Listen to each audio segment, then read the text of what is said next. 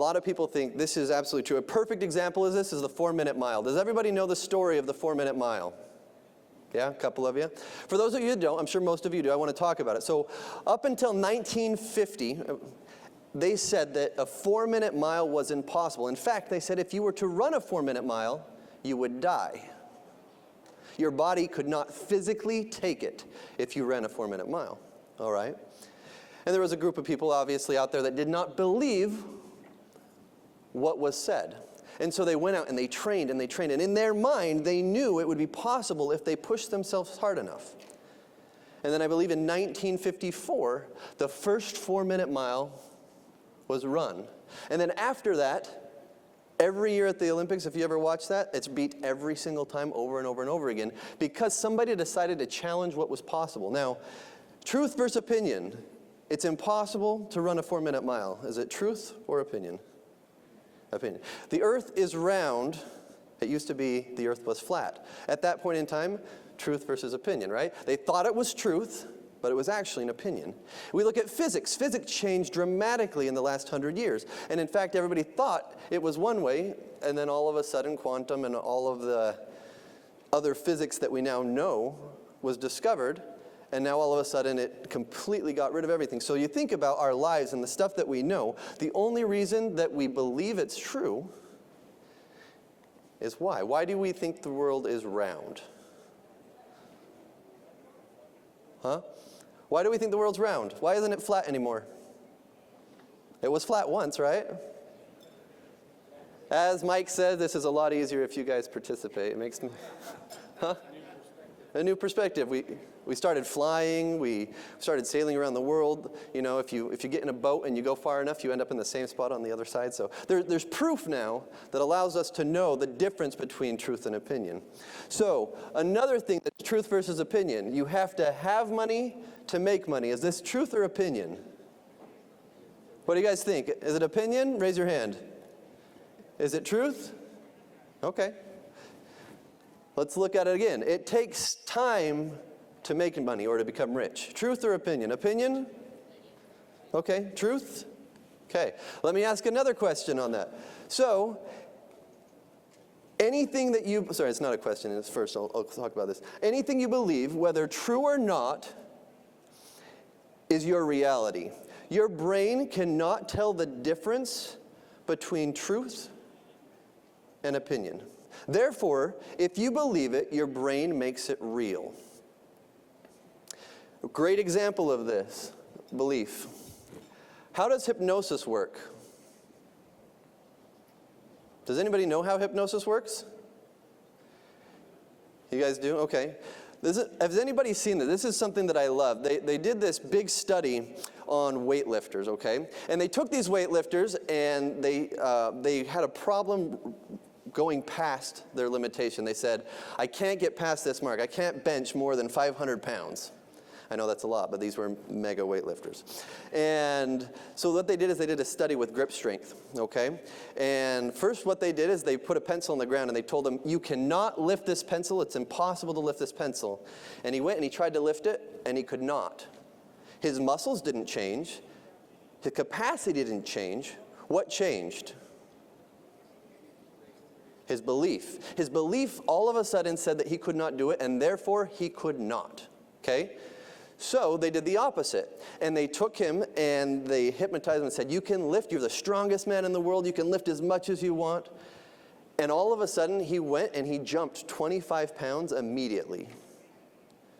And so one of the books that I love, which is called Psycho-Cybernetics, is he says something in this book that is just fascinating me. He says, in hypnosis, what we actually do is we dehypnotize your limiting beliefs. It says right now, everything you believe makes up what your reality is. And in hypnosis, they can take those limiting beliefs and change them. And that's how you're able to all of a sudden do more than you've ever been able to do before. So again, truth. Everything you now believe is something that you have accepted as true. I'm going to go on to this side for a little bit. Show this side of the room a little love. The only way to accomplish the impossible, therefore, is to change your perspective of what is possible. Again, we talked about this. So if you want to change and get into what's considered impossible, you have to change your perspective. When I went and purchased AMI, before I had even purchased my first clinic, in my mind, it was not only possible, but it was a reality that I was going to be successful. It was a reality that I was going to succeed. In other people's mind, it did not matter, but in my mind, I knew that, and I did accomplish it because I knew it. That does not mean, however, that we don't fail. So let's go to what is possible for just a minute. How much money do you think is possible to make in your company? Can we have some numbers out here just to make it a little bit more fun? How much money do you think it's possible to make in a clinic? 5 million? Okay. Anybody have a different number? Wow. Everybody likes that number, it sounds like. What was that? You were thinking 5 million? Okay. Huh? Thank you, Justin. Thank you. This is Dr. Woodside. He's a good guy. So 6 million. Okay, now this is the thing. Let's move on to the next one. How many patients is it possible to see in a day? Can we have some numbers? 6 million patients in a day. I want to collect that check. How many patients is it possible to see in a day? 60. 150. 120. Okay, this is important. How many hours do you need to work to make this possible? If you want to make 6 million, if you want to see 150 patients, how many hours of work, how many hours a week do you need to work to make that possible?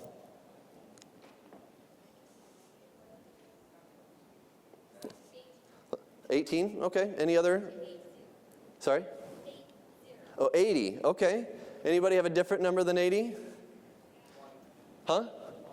20, okay. Okay. Yeah, so I didn't specify. There you are. So again, this is really important. Not everyone has to have the same goal, but it is a balance between your ambition and your happiness in your lifestyle, okay? If you want to make $1 billion, is it possible? Absolutely, it's possible. There's other people that have done it, therefore the evidence shows it's possible. There's evidence. However, are there certain activities that you might not be able to do to make $1 billion? Could you make $1 billion if you chose to work at Wendy's? Not if you stayed in that job, right? So when we set goals, we also set a pathway that we have to walk. And if you don't walk the pathway, you cannot accomplish it. So when you're setting these goals, realize there's a price that you have to pay to hit those goals. When you choose your path, you choose your destination. But also, when you choose your destination, you choose your path that you have to walk. And if you're not willing to stay on that path, you will never achieve your destination. So, I want to go back to your paper for a moment. What are your dreams and goals? This is not something you have to share publicly, but how much money would you actually like to make? How many patients do you actually want to see in a day? And how many days a week do you want to work? Okay, I have 3 clinics. I go to one of them once a week. The second one I go to once a week, and the third one I go to once a week, and I'm there for about 2 hours at each of them. Okay? That does not mean that I'm not working like crazy. My wife can attest to that. But I'm not doing what I was doing before. If you're a chiropractor and you're seeing patients and you're adjusting, and you're still adjusting, you're not going to meet that $6 million goal. Okay? So look at the path that you're walking, and does it lead to the destination that your goals are set at? Okay? This is important. So let's go on beyond this. When you want to change your current state, there is one key factor that is often forgotten. Change. Everybody hates change. Now, some people embrace it, but as a general rule, people hate change. We fight change. To be successful, you have to embrace change. When you join AMI, you need to embrace change. This is a really, really important quote that I love, actually. A member of my church actually said it. It says, "Things that don't change remain the same." It seems super simple, almost silly, but it's absolutely true. People want a different objective. They say, I want to achieve this goal. I'm going to do this, and then they don't change anything. If you don't change, you're going to remain the same. So, what stops us from changing? What's the number one thing that stops us from changing in our lives? Whoever said that, you win. You get a gold star. So we need a paradigm shift. One of the things I love is, what's the thing that we fear more than anything else? Not Spanx. What is the thing that we fear? Failure. Does anybody know the story of the founder of Spanx? She is awesome. She's an incredible woman. So one of the things that she did in her family when she was growing up is every time that their family would come home to dinner and they'd sit down together, her dad would say, I want you to name one thing that you failed at today. And if they had nothing to say, he would be devastated. So it got to the point that they'd come home and they'd say, Dad, I tried gymnastics today and I was terrible. And he's like, good job. Right? Because in their family, what she realized is they reprogrammed how they saw failure, and that true failure was actually not trying something. So it's okay to try stuff, because guess what? That's how we learn. So let's see if I can read this. We have never failed or truly failed unless we stop trying. We are on a journey to obtain knowledge. Therefore, the more we try, the more we learn, and that includes failing. Okay? Failure, I get a lot of this. So because I've been in AMI for a long time, I've been in AMI for about 3 years. I'm one of the, even though I'm 30, I'm one of the younger people that's in AMI, but I'm also one of the older people that have been with AMI. And the way I say that is that AMI's been around for around 4 years, right? I started 3 years ago. So of everybody that's here, I'm one of the older ones that still comes.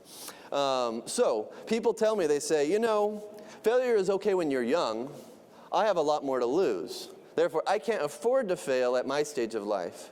If you can't afford to fail, you can't afford to succeed, because failure and success are just steps along the same pathway.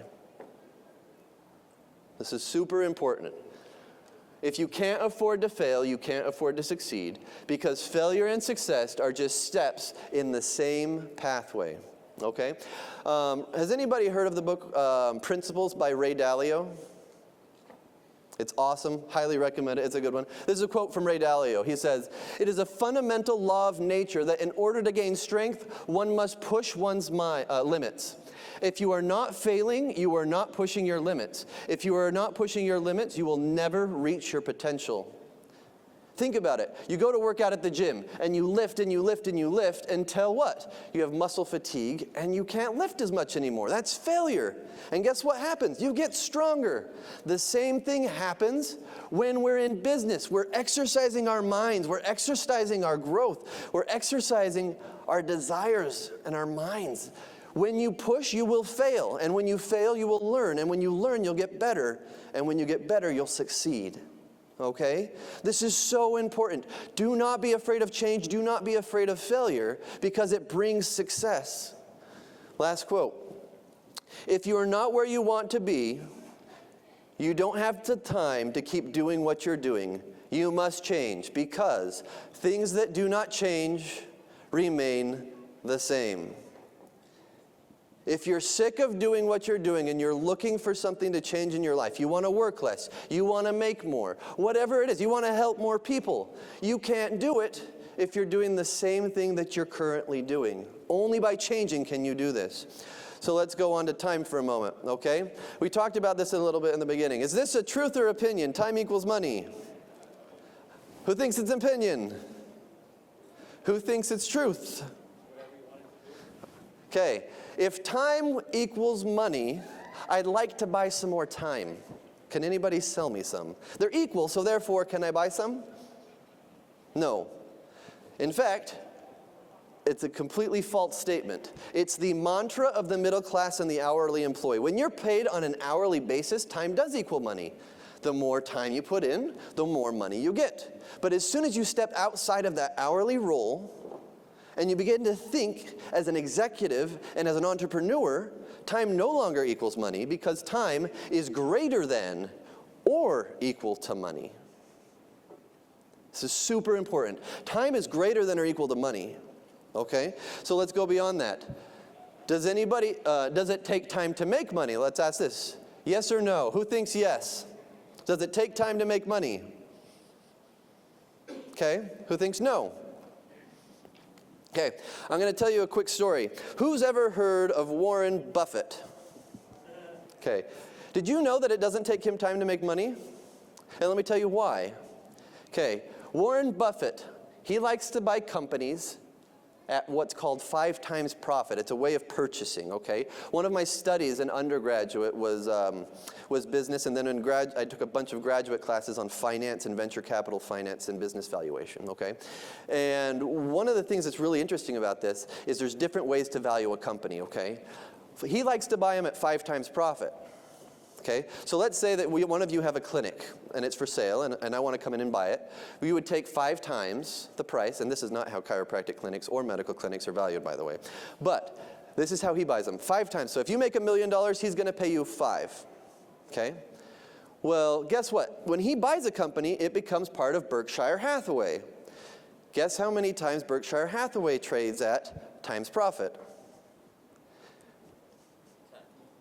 Okay, at the time I was reading this, it was 27 times profit, okay? So what that means is I can buy your clinic for $5 million, but as soon as I buy it, the moment I buy it, it becomes part of my conglomerate, and it now trades at 27 million. I just made 22 million instantly. Did it take time to create that money? Not my time.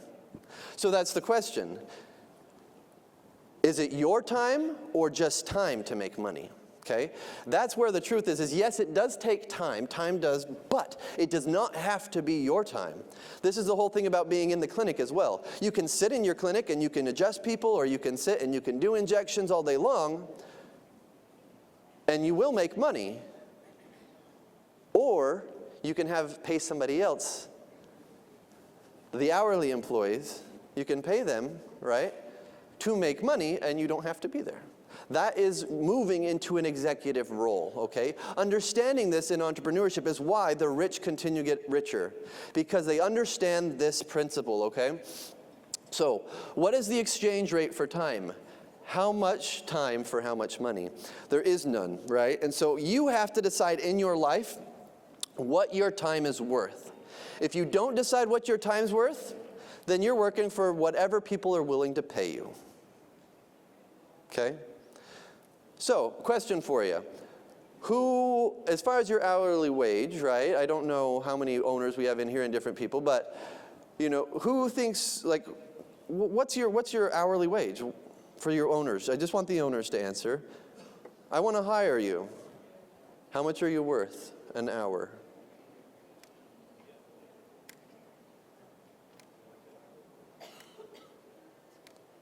Okay, if you're not going to say, then I'll just offer. You can have $10 an hour. No, $1,000 an hour. $1,000? Okay, who's worth more than $1,000 an hour? Okay, what are you worth? $3,000? Okay. The most I've ever made is $25,000 in 1 hour. Do I get that every day? No, I don't. I wish, that'd be nice. But the thing is you get to set it or someone else will. Make sure that you take charge of your life and you do those things, okay? So we're going to talk about challenging what's possible for a moment. The limits to time, how can we get around limits to time? I want to hear some ideas. Time is obviously an issue. We only have a certain amount of it, which is why time doesn't equal money. You can't buy more. Right? So time, in essence, is the most valuable thing that you have because it is the one limited resource that you can never get more of. Does that make sense? Because economics states that there's a supply and demand. So every single minute and second that goes by, you have less supply, and therefore your demand should be going up. It's economics. And if you're not following that principle, you're not following a basic law of the universe, and therefore you will not make money. Okay? So, this is super important. How can we get around this?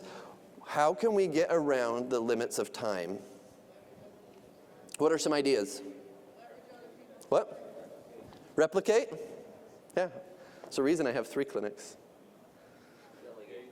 Delegate. Okay, one of the number one things that I can tell you is that. Delegate. Okay? If you can build a great team around you, they become an extension of you. You guys are incredible doctors. You would not be here if you were not incredible doctors. Not only are you good doctors, but you're entrepreneurs. You think outside the box and you want to accomplish more. That's why you're here. That's why you're successful. But you can't limit that. You have to continue it. So many people get afraid. They say, if I bring on a doc and I teach him everything I know, he's just going to go out and be my competition. Well, why? Are you not paying him enough? That's one reason people will leave you.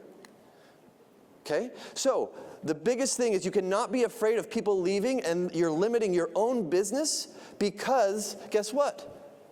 They might become your competition. So I'm going to limit myself because they might become competition. That doesn't make sense. No, you cannot be afraid of growth. Okay? You cannot be afraid of hiring people. Building a team and delegating is the number one thing you can do to create more time. Because guess what? I have 15 providers, I should say. Some of them are nurse practitioners, some are PAs. I have 15 providers in my company. That means I can do 15 times more patients than I could see alone. And can some of them leave and become my competition? Yes. And what will happen? That's okay. That's okay. Because guess what? I'm way bigger than them. But that's not the only reason. But I started at 0 3 years ago, right? And so guess what? You can do it. That means that there's a supply. And how many, again, Dr. Carberry talks about this a lot. How many people as a chiropractor out there, percent-wise, use chiropractic? They always talk about like 8%, like right around there, give or take. You've probably heard that number, okay? Until we reach 100%, guess what? Every single guy can go out and be my competition. Because until we've reached market saturation, guess what? They are not competition. They're just continuing to spread your message. They're just expanding your message. And guess what? As they do that, there'll be more people, and more people will be talking. And guess what? They'll find you. If you're advertising, if you're doing those things, they'll find you too. It spreads the message. Okay, so you can exponentially grow if you know how to build a team. So that's one of my biggest advices. Build your teams. Make them strong. Train them. Make them the best people you can because they represent you. And you do not want subpar people representing you. So make them the very best possible. Grow them. Help them. Teach them. And if you do that, they'll stay with you because they know you appreciate them. Okay? So, again, going back to this, challenge what's possible. I told you guys to write down something at the beginning. I hope that now looking back at that number or that figure, whatever you wrote down, you put it into a new perspective and you say, is that really now impossible? Or is that just the beginning of where I'm going to be?